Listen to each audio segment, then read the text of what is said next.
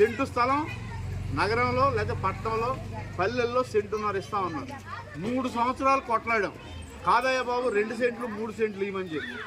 ఆయనేమో ఇంటి నిర్మాణానికి 1,80,000 రూపాయలు ఇల్లు కట్టుకోవడానికి డ్వాక్రా గ్రూపుల్లో అందరూ ఉంటున్నారుగా మహిళలు, వాళ్ళకేమో 30,000 అప్పు అంటే 2,10,000కి ఇస్తామని చెప్పారు.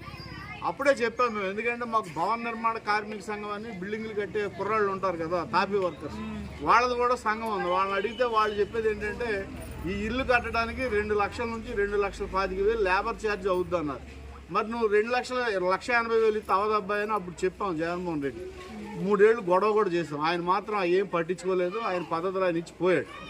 సరేలే, మొన్న ఎన్నికలప్పుడు ఏదైతే కమ్యూనిస్ట్ పార్టీ అడిగిందో దానికి సంబంధించి ఆ పద్ధతిలో మేము 2 సెంట్లు 3 సెంట్లు ఇస్తామని చెప్పి చంద్రబాబు నాయుడు, పవన్ కళ్యాణ్ వీళ్ళంతా చెప్పారు ప్రజలందరికీ. సరేలే, దానికి సంబంధించి ప్రజలు ఓటేశారు, వాళ్ళు అధికారంలోకి తెచ్చారు. ఇప్పుడేమో 8 నెలలు అయింది. కానీ మొన్న ఈ మధ్య కూర్చొని ఏది మేమంతా దరఖాస్తులు పెట్టించి సచివాలయాలకు ఇచ్చిన తర్వాత మొన్న మంత్రివర్గం కూర్చొని జీవో నెంబర్ 29 ఇష్యూ చేశారు.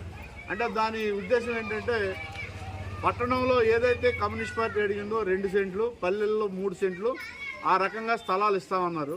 దాంతోపాటు ఇంటి నిర్మాణానికి 4 లక్షలు ఇస్తామన్నారు. మనం 5 లక్షలు అడిగాం, 4 లక్షలు ఇస్తామన్నారు. అంటే ఇప్పటికి ఇంకా మనం 5 కాడే ఉన్నాం. అవసరమైతే ఇప్పుడు అన్ని ధరలు పెరిగినాయి కాబట్టి ఇసుక ఇటుక అట్లాంటివి కూడా 5 లక్షల డబ్బులు ఇచ్చి ఉచితంగా ఇవ్వండి, కొద్దిగా నిర్మాణం చేసుకోవడానికి ఇబ్బంది ఉండదు అని చెప్పాం.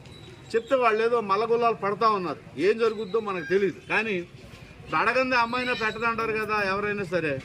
అందుకోసం ఈ దరఖాస్తులన్నీ రాష్ట్ర వ్యాప్తంగా 26 జిల్లాల్లోనూ రాసి రేపు 10వ తారీఖున కలెక్టర్ గారికి అందజేయాలి. అంటే మీ అందరిని పిలిచి, ఎందుకంటే మేము మొన్న పోయినసారి ఏం జరిగిందంటే ఇక్కడ